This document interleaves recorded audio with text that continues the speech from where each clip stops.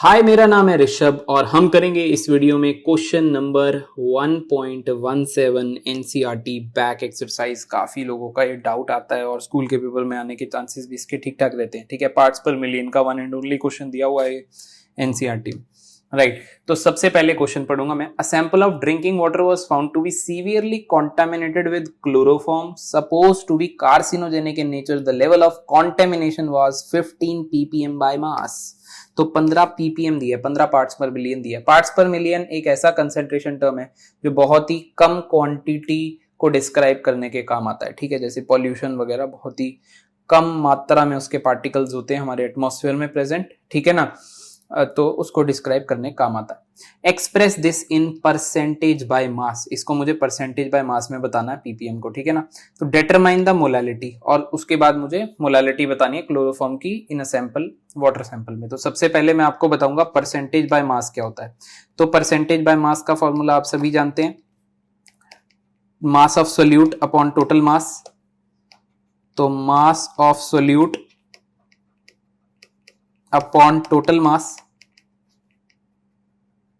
Into 100 होता है, 100 में से होता है। राइट, अब ये क्योंकि 100 में से होता है परसेंटेज बाय मास, तो पीपीएम जो होता है वो आपका मिलियन, मिलियन मतलब 10 की पावर 6। ठीक है ना, तो 6 जीरो वाला। ठीक है, तो मिलियन। तो मास ऑफ सोल्यूट, देखना कितनी सिमिलैरिटी है, अपॉन टोटल मास बिल्कुल सेम है, इंटू 10 की पावर 6 कर दो। क्या कर दो, इंटू 10 की पावर 6 कर दो। और अगर आपने ध्यान से देखा है पीपीएम और परसेंटेज बाय मास का रिलेशन, इसको मैं 10 की पावर 6 को 10 की पावर 2 इंटू 10 की पावर 4 कर दूं तो कोई दिक्कत तो नहीं है आपको।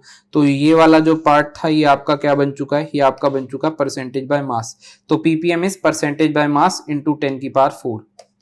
सो PPM is percentage by mass into 10 की पावर 4।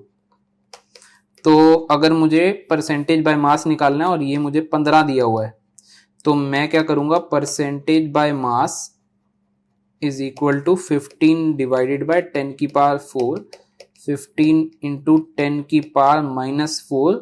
ये आपका आ गया परसेंटेज बाय मास। 10 की पावर -4 नहीं लिखा जा रहा अब इस पेन से, परसेंटेज, ये आ गया आपका परसेंटेज बाय मास। ठीक है, तो अब हम करेंगे सेकंड पार्ट जिसमें मुझे निकालनी है मोलालिटी।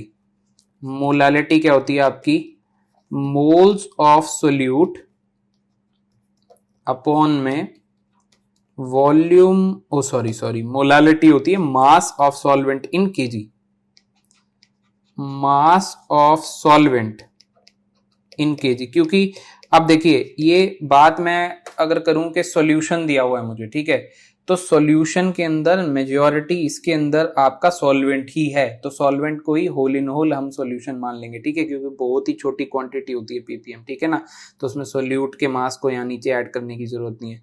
तो मैं आपको अगर बोलूं कि मैं यहाँ पे सोल्यूट की बात कर रहा हूं, तो सोल्यूट मेरा क्लोरोफॉर्म था CHCl3। तो मोल्स ऑफ क्लोरोफॉर्म अगर मैं पता कर लूं, देखो अगर मैं मास ऑफ सॉल्वेंट को 1 kg मानता हुआ, अगर मैं मास ऑफ सॉल्वेंट को 1 kg मानता हुआ मोल्स ऑफ क्लोरोफॉर्म पता कर लूं, तो वही मोल्स मेरी मोलालिटी हो जाएंगे। समझ रहे हो ना, 1 kg अगर मैं इसको लेट कर लूं, सॉल्वेंट मेरा 1 kg है, और मैं मोल्स निकाल लूं, क्या निकाल लूं, मोल्स निकाल लूं किसके, क्लोरोफॉर्म के, तो वही मेरी मोलालिटी हो जाएगी। I hope you are getting my point.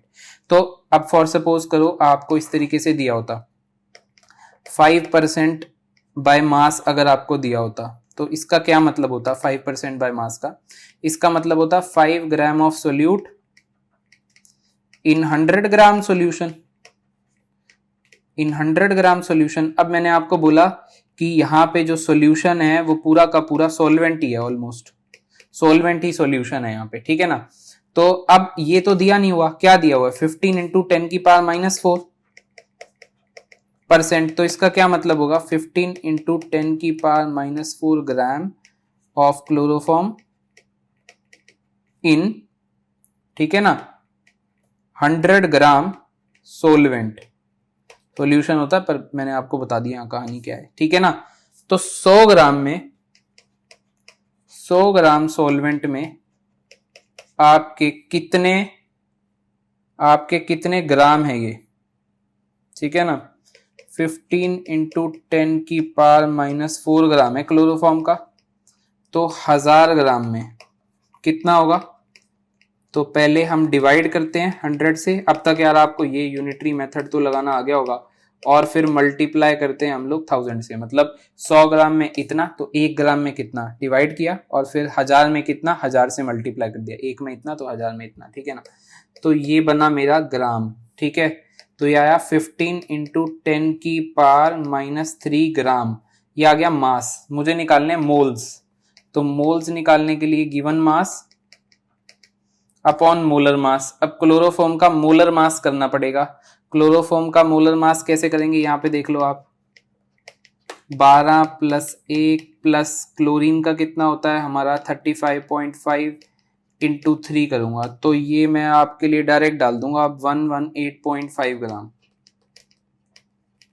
तो यहाँ पे डिवाइड करेंगे 118.5 ग्राम से, ठीक है ना। तो ये बन जाएगा, हमारे मोल्स बन जाएंगे। तो moles comes out to be हमारे जो है 1.266 है ना, 1.266 इंटू 10 की पावर -4 मोल।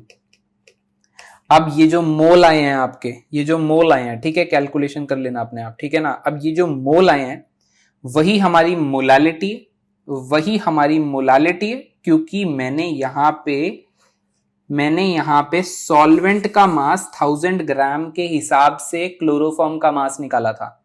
तो सॉल्वेंट का मास मैं ऑलरेडी 1000 ग्राम मान चुका हूं, ठीक है ना। तो molality is moles upon mass of solvent in KG. तो मोल्स आपके आ गए 1.266 इंटू 10 की पावर -4, तो वही हमारी मोलालिटी है 1.266 इंटू 10 की पावर -4। मोलल डाल देना, स्मॉल m डाल देना आंसर के पीछे।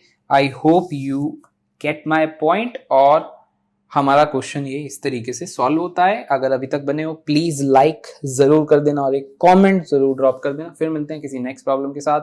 Thank you so much, thank you, bye bye.